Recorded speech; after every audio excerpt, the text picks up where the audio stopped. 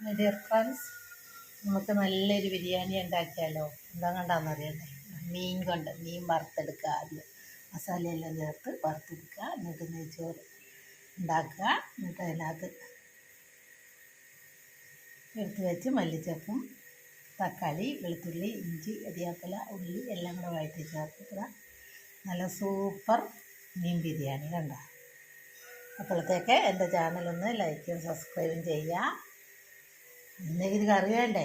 കണ്ടോ, ഉപ്പുമാങ്ങ ചമ്മന്തി അരച്ചത് കണ്ടോ, തൈര്, മാങ്ങ ഉണ്ടോ.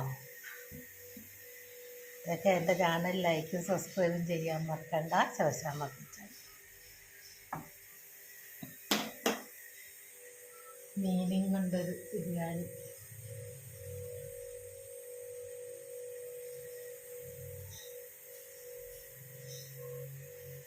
മീൻ ബിരിയാണി മുമ്പൊരു വീഡിയോയിൽ ഇട്ടതാണ്. ഇപ്പോൾ എൻ്റെ കൂട്ടുകാർ പറഞ്ഞതിൻ്റെ പേരിൽ ഞാൻ ഒന്നുകൂടി ഇട്ട് നോക്കിയതാണ്.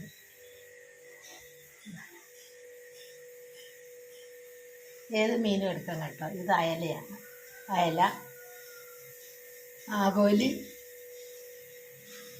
എല്ലാ മീനുകളും നമുക്ക് ഉണ്ടാക്കാം. എല്ലാവരും ഉണ്ടാക്കി നോക്കുക. ലൈക്ക് ചെയ്യുക, സബ്സ്ക്രൈബ് ചെയ്യുക. എൻ്റെ ചാനൽ മറക്കണ്ട. Shoshamma kitchen food channel, Keralam by Shoshamma. മീൻ ബിരിയാണി.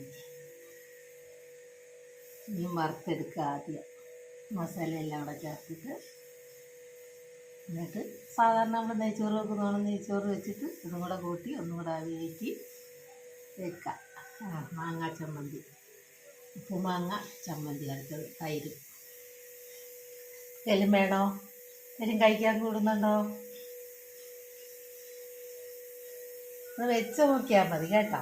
വെച്ച് നോക്കുക, ലൈക്ക് ചെയ്യുക, സബ്സ്ക്രൈബ് ചെയ്യുക. ചാനൽ മറക്കണ്ട. ശോശാമ്മ കിച്ചൺ എല്ലാം food channel, Keralam by Shoshamma. മീനും കൊണ്ട് ബിരിയാണി ഉണ്ടാക്കി.